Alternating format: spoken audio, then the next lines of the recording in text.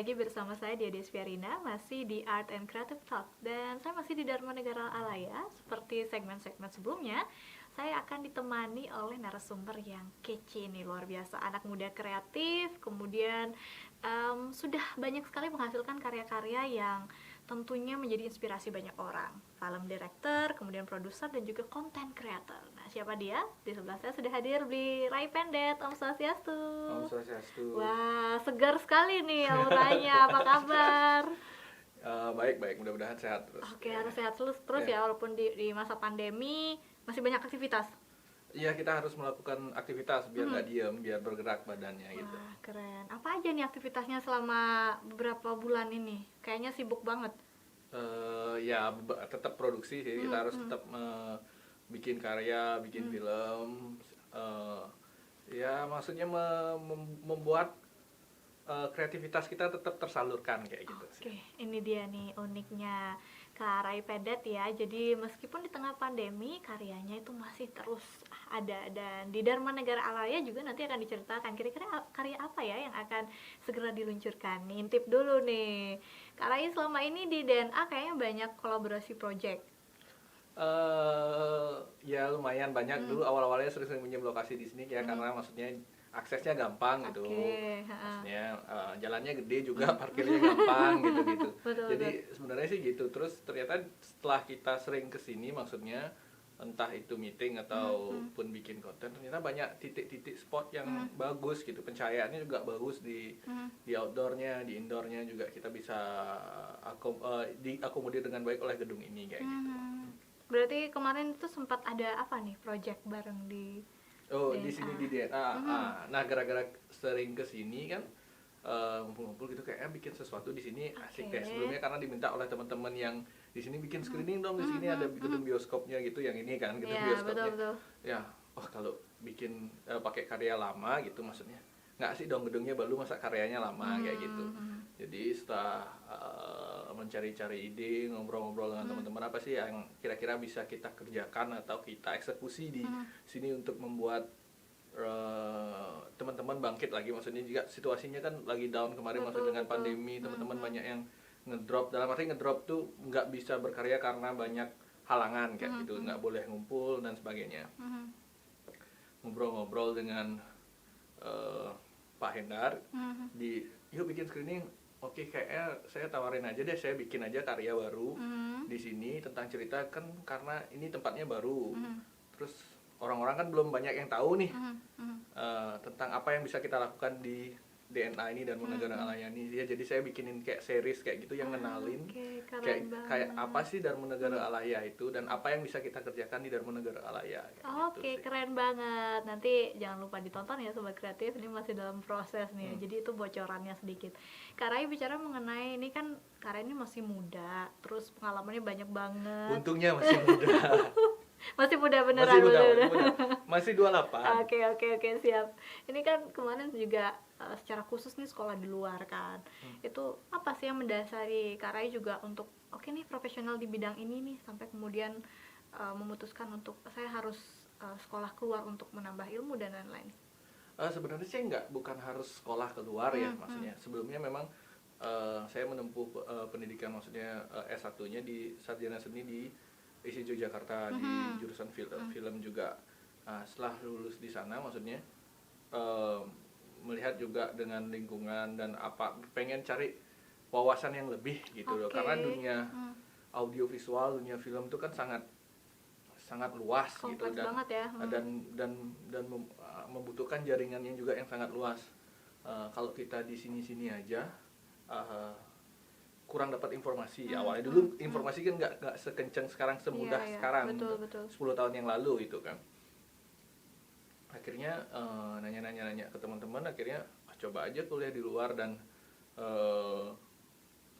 bersyukurnya juga, maksudnya didukung oleh finansial juga dari keluarga kayak gitu, disupport untuk ya kalau kamu memang mau belajar gitu, tapi harus selesai gitu ya, tetap dikasih target kayak gitu. Nah, awal berangkatnya memang disupport oleh orang tua, tapi sampai sana dapat beasiswa, terus dapat juga kan kita sebelum, karena mau kuliah keluar terus kalau menunggu proses di sini kan kelamaan tuh, bisa setahun 2 tahun untuk nunggu kayak kita mau ngajuin kayak funding dan sebagainya.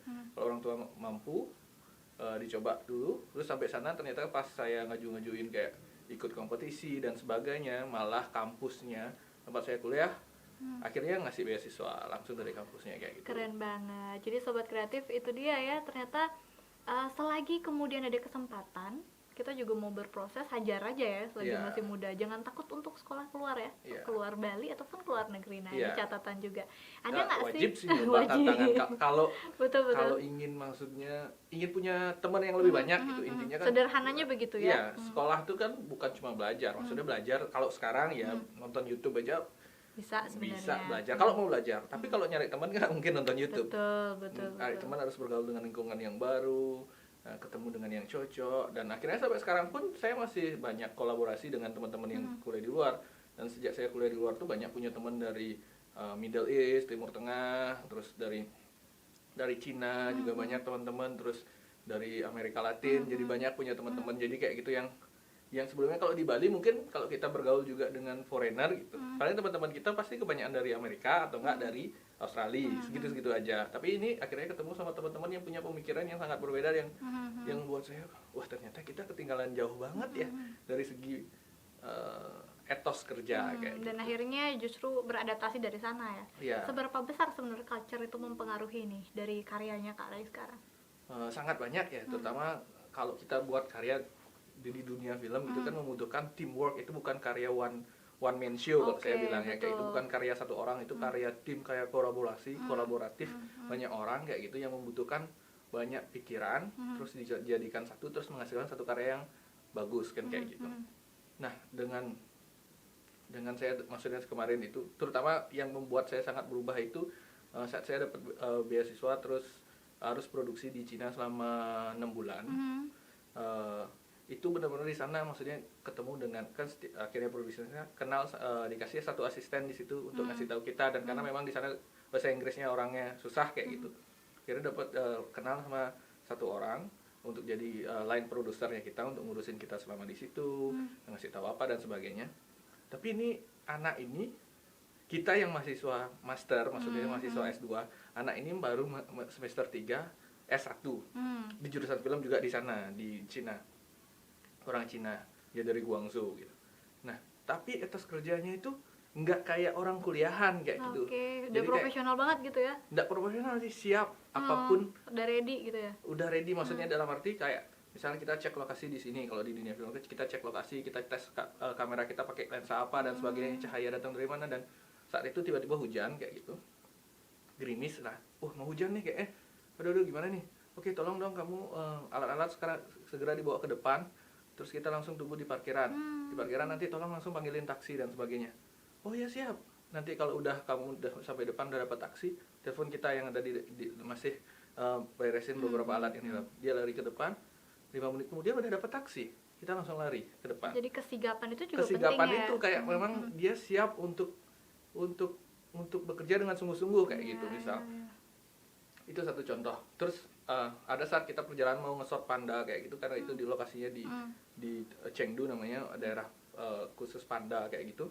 Nah, kita mau ke Taman Nasional yang ada pandanya. Nah, dalam perjalanan itu, karena ini syuting udah hari ke berapa, hampir hari ke-10 kayaknya, talent tuh udah moodnya udah naik turun gitu loh. Terus dia lapar di perjalanan, terus dia bilang, aku mau pizza, karena susah nyari makanan halal di sini, dan talentnya itu dari Pakistan waktu itu. Aku susah nyari makanan, aku pengen pizza, pokoknya aku mau pizza, kalau mau dapat pizza, aku mau lanjut syuting, dia kayak gitu pokoknya. Terus saya, coba cariin pizza sekarang. Dalam perjalanan tuh dia gini selama hampir setengah jam, dapat nih di lokasi, langsung dapat pizza, karena kan itu Cina gitu, susah nyari makanan-makanan yang western kayak gitu. Tapi dia berusaha sampai dapat, maksudnya sorry itu saya pasti teman-teman di sini kalau minta tolong cariin, aduh nggak bisa loh, pasti duluan ya, kayak gitu. Nilai lebihnya di situ ya. Tapi dia tetap berusaha, maksudnya ada jalan keluar. Mau berusaha, entah itu nanti dapat dan enggak kayak gitu. Dan itu proses yang penting sekali untuk dimiliki setiap orang Iya, sebenarnya. maksudnya apalagi dia maksudnya melihat umur dan kesigapannya, misalnya juga selain itu juga contohnya. Dan ini juga yang paling benar-benar real adalah saat saya tanya misal bisa buat script continuity kayak gitu. Jadi script continuity itu kalau kita nge-shot, misalnya director kan suka bilang good, cut, not good. Oke, kita ulang lagi sekali lagi ya. Nah, dia yang nyatet tuh yang mana yang good, yang enggak, nomornya dan sebagainya. Itu namanya script continuity. Nah, saya tanya, karena timnya yang berangkat kecil gitu, saya tanya, kamu bisa sekalian langsung script con? Apa itu ya? Saya belum pernah ngerjain ya, karena memang karena masih semester 3, jadi belum banyak praktek kan. Oh, jadi script continuity itu kayak ini, formatnya nanti saya jelasin sekitar 15 menitan tuh kayak gini caranya buat, ini namanya kayak gini. Kalau harus catat nomor kameranya, nomor audionya, nanti sinkronin dan sebagainya. Dan dia bisa. Oke, saya coba ya. Yang pertama maksudnya shot dari hari pertama sampai break makan siang ya masih banyak yang perlu diperbaiki.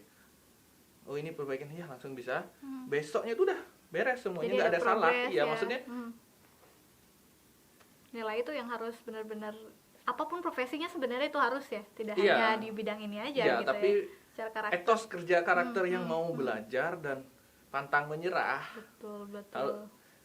Kalau di sini kan misalnya kita kalau syuting misalnya nggak pakai kamera ini, nggak bisa syutingnya, harus pakai kamera itu dan sebagainya. Nah, menarik nih, kayak keterbatasan alat itu mempengaruhi nggak sih? Kalau sekarang banyak anak muda yang oke, saya mau syuting ini cuman nggak jadi karena alatnya terbatas, nggak memadai. Nah, itu menurut Kara itu gimana nih untuk mengatasi hal-hal seperti itu? Keengganan karena alasan keterbatasan alat. Itu balik lagi sih ke mental ya.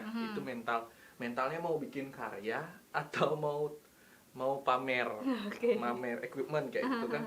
Saya kan sebelumnya maksudnya sama teman-teman di sini di Solo Barong juga waktu pertama kali kita iseng-iseng bikin karya bareng-bareng itu juga kita hanya pakai handphone. Waktu itu baru keluar iPhone 7 Plus. Itu kan yang kamera 2 tuh waktu itu lagi heboh-hebohnya. Terus ada teman yang punya, kita pinjam untuk kita bikin masih ada di YouTube sih Hanoman skateboard yang kayak gitu yang viral itu. Itu kita cuma shoot pakai iPhone, pakai iPhone full video. Dan jadi ya karyanya. Dan jadi maksudnya karyanya, apalagi sekarang teknologi udah sangat mumpuni kayak gitu. Mau jenis handphone apapun bisa ngambil gambar yang sangat bagus. Jadi nggak ada excuse gitu, nggak ada kalau nggak punya alat ini saya nggak bisa bikin karya kayak gitu. Misalnya kalau saya nggak disupport ini, saya nggak bisa bikin karya kayaknya dengan kecanggihan lemah sekarang, banget gitu loh, lemah banget sebagai kreator kayak gitu.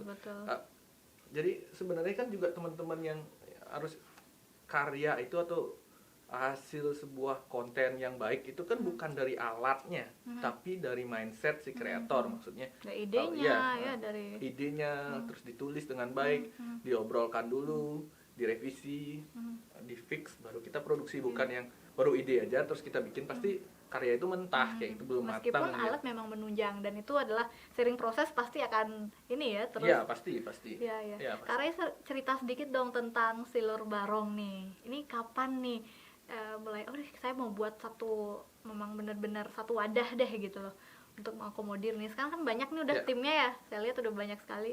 Ya akhirnya berkembang meluas kayak gitu, dan maksudnya banyak juga teman-teman yang lain yang juga bikin, dan itu sangat membuat industri itu makin baik kayak gitu sebenarnya. Jadi awalnya itu pas saya kuliah di luar kan ngumpul-ngumpul kan suka gitu, kayak malam-malam itu ngumpul-ngumpul dengan teman-teman, nongkrong-nongkrong kayak gitu. Terus ada teman dari Timur Tengah gitu, dari Arab Saudi kalau nggak salah, dia tiba-tiba maksudnya ngomong kayak, hey man, why coming here? Kayak, ngapain kamu datang ke sini? Kamu dari Bali loh, Bali itu pulau surga, apa aja ada di sana, kamu ngapain datang ke sini, ke KL, ini kok terlalu crowded kayak gitu dia ngomong. Ya karena aku terlalu sering di area yang menyenangkan, aku pengen ngerasain tempat yang lain kayak gitu. Ya aku aja pengen ngerasain di tempatmu, dia bilang kayak gitu. Oh benar juga ya, maksudnya banyak teman-teman yang kayak gitu, kamu ngapain datang ke sini, kamu punya tempat yang bagus kayak gitu. Akhirnya oke deh, habis saya dapat teman-teman banyak ini, saya nanti akan pulang lagi ke Bali untuk berkarya di Bali sepenuhnya kayak gitu, dan ngebangun industri di Bali kayak gitu. Kan karena waktu saya bikin karya saya untuk lulus di Jogja juga S1 kan syuting di Bali, dan 90% krunya dari Jogja. Karena waktu itu tahun 2011 belum banyak yang bikin film di Bali, dan saya nggak tahu maksudnya siapa aja yang bisa diajak collab, dan waktu itu kan tinggal di Jogja lama untuk kuliah. Jadi ngajak kawan dari Jogja. Ya. Terus setelah itu saat saya S2 ini, saya bikin film untuk lulus S2-nya itu, saya pulang ke sini. Saya benar-benar syuting semuanya di Bali dan ngajak 100% krunya dari Bali. Maksudnya orang yang tinggal di Bali gitu. Dan setelah film itu akhirnya ternyata banyak teman-teman yang antusias yang untuk bikin film nih di Bali. Akhirnya setelah itu sering ngobrol, sering ngumpul. Terus kita tahun 2016-an. Nah, setelah itu akhirnya kebentuklah kita harus bikin suatu perkumpulan deh. Akhirnya waktu itu kita bikin kayak filmmaker hub namanya Silo Bareng.co. Jadi untuk ngumpulin teman-teman, saling tukar, sharing ilmunya, apa pengetahuannya di dunia perfilman di kita di Bali untuk biar kita bisa survive bareng-bareng kayak gitu. Berarti sekarang udah berapa timnya nih? Ya timnya maksudnya banyak yang keluar masuk, maksudnya dalam arti kalau ada produksi, tapi kalau kalau di kita, kalau di tim istilahnya tim head gitu yang biasanya punya ide-ide dan ide-idenya tuh terrealisasi, sekarang ada 6 orang. Maksudnya tim headnya ini yang sudah ini ya, udah pasti gitu ya. Iya, tim head ini yang mindsetnya, main kreatornya rata-rata kayak gitu. Wah, keren. Ini juga berarti salah satu wadah juga untuk sobat kreatif yang mau menekuni dunia film nih, bisa tanya-tanya sama Kak Rai nih. Kak Rai sangat sangat humble dan juga mau untuk berbagi, karena jarang kalau orang yang sudah banyak ilmu. Jangan tanya Sarah, sorry jangan. Ya kan, ada yang seperti itu. Nah, sekarang juga apakah konsep berbagi itu memang diterapkan? Saya kayak ngajar di kampus juga ya. Ya, saya maksudnya ini dosen muda nih. 2 tahun belakangan ini maksudnya mengajar di jurusan film dan televisi di ISI Denpasar. Wah, keren. Itu berarti memang niat dari emang arahnya ke situ kah, atau mungkin ngalir aja tiba-tiba yaudah deh saya ingin berbagi ilmu dengan cara ini, atau gimana? Sebenarnya sih maksudnya maunya sih off the record, tapi ya nggak apa-apa. Maksudnya mengajak itu adalah salah satu bentuk saya untuk ngobrol dengan teman-teman di dunia ini gitu, di dunia perfilm ini. Maksudnya yang sefrekuensi gitu ya. Yang sefrekuensi gitu. Maksudnya kita punya banyak circle pertemanan lah, misalnya kita punya circle tongkrongan kita yang dari SMA misalnya, circle tongkrongan yang dari SMP, atau circle tongkrongan di sekitar rumah yang gitu-gitu kan. Nah, kan nggak mungkin kalau saya nongkrongnya sama teman-teman SMA gitu ngobrolinnya, kemarin kamera ini baru keluar ya, dikeplak maksudnya, kamu ngapain ke sini nongkrongnya ngobrolin kamera aja gitu. Nah, mau nggak mau kan, karena teknologi itu terus update di dunia ini, teknologi pasti update terus. Besok ada lensa ini, besok ada jenis audio yang kayak gini, besok ada tools editing yang kayak gini dan sebagainya. Nah, karena saya udah mulai males dengan urusan teknikal kayak gitu, sekarang tuh lebih ke konsep, maksudnya bikin cerita yang kayak gimana, tujuannya apa, pesan yang mau disampaikan apa. Jadi kan equipment pasti banyak yang terpinggirkan untuk tahu yang baru tuh apa kayak gitu. Dengan saya ngajar di kampus, mahasiswa ini kan yang fresh nih, yang update banget. Update pasti mereka kan sering ngasih tahu, alat gini sekarang ternyata baru, fungsinya gini, ini bisa saya gunakan nanti di sini. Jadi kayak gitu, jadi bertukar informasi lah. Mereka butuh informasi tentang konsep, mengelola konsep itu seperti gimana, mengarahkan konsep, membentuk konsep itu seperti apa. Kita sharing di situ. Terus mereka yang sedang suka-sukanya dengan teknikal, belajar tentang teknikal dan sebagainya, kita juga dapat informasi terbaru dari situ. Jadi saling mendukung lah istilahnya kayak gitu. Iya, berarti konsep mengajar dan belajar itu ya, jadi tidak hanya mahasiswanya ternyata belajar dengan dosennya ya, tapi juga karena kita sharing. Di dunia kreatif nggak mungkin belajar itu nggak bisa berhenti, setiap hari harus belajar nih. Ini dia sobat kreatif, jadi ketika dosen muda jadi mahasiswanya ini pasti cair banget kan. Nah, ada nggak sih hal-hal unik nih ketika ngajar, karena kan usia pasti nggak beda jauh. Biasanya kalau terkenal kan dosen takut gitu kan. Kalau zaman-zaman dulu kan stigmanya begitu. Nah, kalau Kak Rais sebagai ini kan sekarang kita ngobrol with seorang teman, kalau ngajar gini juga nggak asiknya atau mau nggak mau harus dibedakan sedikit gitu, dalam arti kalau maksudnya kalau di kelas lah kita menghormati institusinya gitu ya, institusi masuk kelas tepat waktu, dipanggil Pak absen. Juga nggak, saya mintanya dipanggil beli aja. Saya tanyanya itu dulu. Beli. Kalau yang mungkin ya mungkin sampai 5 tahun atau ke depan masih beli aja dulu. Atau Kak aja. Jadi kalau hal-hal yang unik yang di kampus sih ya pasti sering kita lakukan lah dulu sebagai mahasiswa juga. Kita maksudnya mengalami proses itu. Betul. Juga gitu. Kayak yang misalnya udah selesai ujian gitu tiba-tiba baru bilang, Pak boleh saya nyusul nggak Pak, padahal seminggu yang lalu udah ujian dan hal-hal seperti itulah, usual suspect lah misalnya kayak gitu. Misalnya udah nggak pernah kuliah tiba-tiba datang di ujian doang ya, yang gitu-gitulah standar. gitu.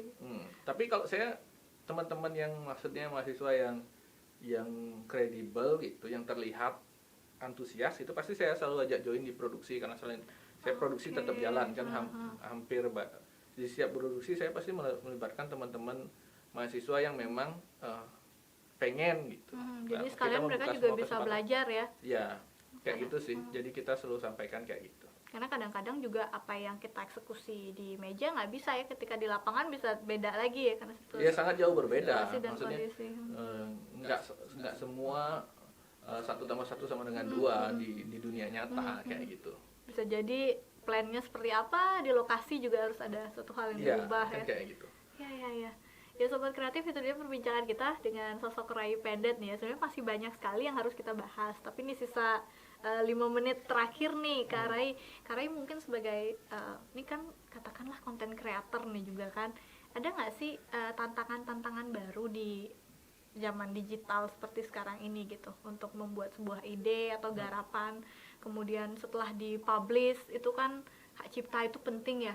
Jadi ada nggak sih keluhan-keluhan di situ, atau gas aja gitu? Untuk kita memang dari apa namanya, tahun ke tahun selalu berubah memang untuk kesigapan dan sebagainya seperti itu.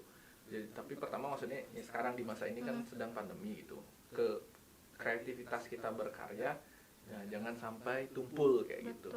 Misalnya kalau kita mau bikin film ya usahain yang di satu lokasi gitu, melibatkan cuma mungkin 5-10 orang aja, termasuk talent gitu-gitu. Yang saya berusaha lakukan di sini yang kemarin bikin seriesnya itu kan cuma di gedung ini aja gitu. Dimaksimalkan gitu ya. Seperti itu. Kita bikin story yang bisa satu lokasi ya pasti bisa kalau kita mau berpikir lebih jauh.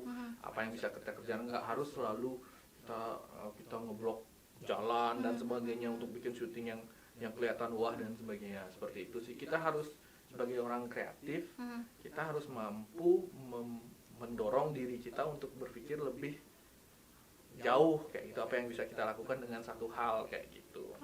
Justru disitulah letak kreatifnya ya. Itulah letak kreatifnya, menemukan sesuatu, bukan kalau nggak ada ini kita nggak bisa gini, bukan kayak gitu sih. Adanya ini apa yang bisa dihasilkan. Nah, harusnya seperti itu.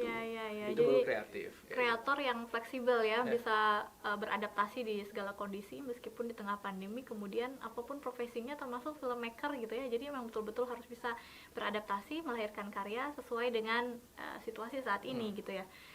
Berarti itu ya tantangan-tantangan hari ini Kak Rai ya. Iya, benar-benar kerasa itu, maksudnya di bulan-bulan awal pandemi itu, maksudnya di bulan Maret dan April itu benar-benar semua teman-teman down. Maksudnya aduh nggak bisa ngapain, gini dilarang gitu dilarang, jadi saya berpikir wah nggak bisa kayak gini terus nih. Kalau semakin kita nggak ngapa-ngapain, kreativitas makin tumpul nih. Nanti kalau saatnya semua ini sudah normalkan kembali kayak gitu, takutnya misalnya, kaget lagi adaptasi ya. bukan kaget sih, jadinya nggak di level kita yang dulu. Misalnya dulu sudah sampai di level A gitu, udah kelas A semua nih pekerjaannya, tapi gara-gara malesan terbawa kondisi pandemi yang stay at home terus gitu, misalnya nggak ngapa-ngapain, di kasur doang, mager terus, jadi kelas E, kelas F misalnya sekarang kualitasnya, dan nanti tiba-tiba untuk dapat lagi kerjaan yang kelas B aja udah susah nanti kan kayak, karena turunnya terlalu jauh kayak gitu, karena nggak ngapa-ngapain kayak gitu. Nah, bicara mengenai karya nih sekarang, karyanya Kak Rai bisa dinikmati oleh sobat kreatif di mana nih? Ada link khususnya kah? Ya bisa pantau di Instagramnya Silur Barong aja, @silurbarong.co. Nah di sana biasanya ada informasi-informasi terbaru tentang karya-karya yang kita kerjakan dan publish kayak gitu. Terutama yang ini nih nanti yang di End Ada Series ini. Iya, segera. Luar biasa. Itu ini dia tayang nih. tanggal 17. Tanggal 17 ya sobat kreatif nih. Nih harus benar-benar dinantikan karena ini kemasannya menarik sekali, dan ini juga memberikan informasi terkait dengan Dharma Negara Alaya ini sebenarnya bisa difungsikan untuk apa aja sih. Nah, untuk itu bisa ditonton di Instagramnya Dharma Negara Alaya. Wah, betul. Nanti bisa dilihat di Instagramnya, di YouTube channel Dharma Negara Alaya juga. Nah, Kak Rai terakhir nih, karena waktu, Kak Rai mungkin bisa memberikan motivasi kepada sobat kreatif di rumah yang khususnya ingin menekuni bidang yang sama seperti Kak Rai ini, kira-kira mereka harus memiliki apa nih? Pertama, memiliki kesungguhan hati. Oke, kesungguhan hati. Teman-teman yang ingin maksudnya terjun di dunia audiovisual kreatif seperti ini, dan itu peluangnya sangat terbuka lebar, apalagi tahun-tahun ini semua aktivitas itu di handphone apapun kita punya pasti ada audio dan video. Betul. Kayak gitu, audiovisual. Jadi teman-teman pertama itu yang harus dimiliki adalah etos kerja yang siap untuk selalu berpikir kritis kayak gitu. Oke, selalu kritis dan kreatif dong. Iya. Ya, untuk membuat kreativitas itu semakin tajam ya harus kritis. Gitu. Kritis itu bukan harus mengkritik, itu bukan. Dalam arti kritis itu adalah adanya ini ya, apa yang bisa kita lakukan dengan ini, kita maksimalin. Nah, terus yang kedua harus belajar menulis. Karena bikin karya video audiovisual apapun itu bentuknya, entah misalnya podcast pun harus bisa menulis. Kalau kita nggak bisa menulis, karena kita bekerja dengan banyak orang, kita nggak bisa bikin sinopsis ataupun premis namanya, itu pesan yang akan sampai, yang kita target ke audiens gitu nanti. Kalau kita nggak bisa menulis, apa yang ada di pikiran kita ke bentuk tulisan, kita mana bisa menyamakan pikiran dengan kru yang lain, misalnya dengan teman-teman yang kita ajak bekerja sama. Jadi dengan adanya tulisan itu sebagai approval bahwa oh ini nih yang akan kita kerjakan, oh ceritanya seperti ini, oh yang mau ditarget seperti ini. Jadi semua itu paham gitu. Kalau cuma secara verbal gini pasti nggak maksimal dan pasti pecah kayak gitu biasanya. Jadi harus bisa menulis. Yang kedua. Selanjutnya ada lagi nggak, Kak? Yang ketiga, ya harus rajin menonton apapun. Referensi itu Referensi, karena saya secara pribadi maksudnya menonton film adalah membaca buku untuk saya kayak gitu. Jadi kayak, kerjaannya nonton aja. Ya emang. Justru karena itu kita kerjainnya belajarnya. ya. Karena membaca buku menurut saya adalah menonton film kayak gitu. Jadi menonton film, dia bikin cerita kayak ini, di sana, mereka bisa bikin gambar close up seperti ini, ada cahaya datang dari sini, di sana ternyata kalau kita ngambil gambar seperti itu efeknya akan seperti ini. Jadi itu membaca buku buat saya menonton film itu. Dan sekarang kanal-kanal menonton film kan sangat banyak, maksudnya mau Netflix, mau di YouTube pun, mau ada iFlix, ada banyak sekali gitu, ada Disney, Hotstar lagi sekarang kan baru kayak gitu. Platformnya banyak banget dan lebar banget. Kalau mau nonton yang indie gitu banyak banget juga platformnya, bisa di-search kayak Vidsi dan sebagainya kayak gitu. Terakhir Kak, harapannya nih sebagai pelaku seni. Harapannya saya sih semakin banyak malah kreator di Bali dan bisa mampu bekerja sama gitu ya, karena semakin banyak itu bukan menurunkan peluang kita tapi malah meningkatkan peluang kita. Karena semakin banyaknya kreator membuat persaingan itu semakin sehat dan saling mempertajam setiap orang kayak dan gitu. Membuka ruang kolaborasi juga ya. Iya, sangat membuka ruang kolaborasi kayak gitu. Oke, sobat kreatif, itu dia 30 menit singkat kita cuman syarat akan makna bersama dengan Ray Pendet.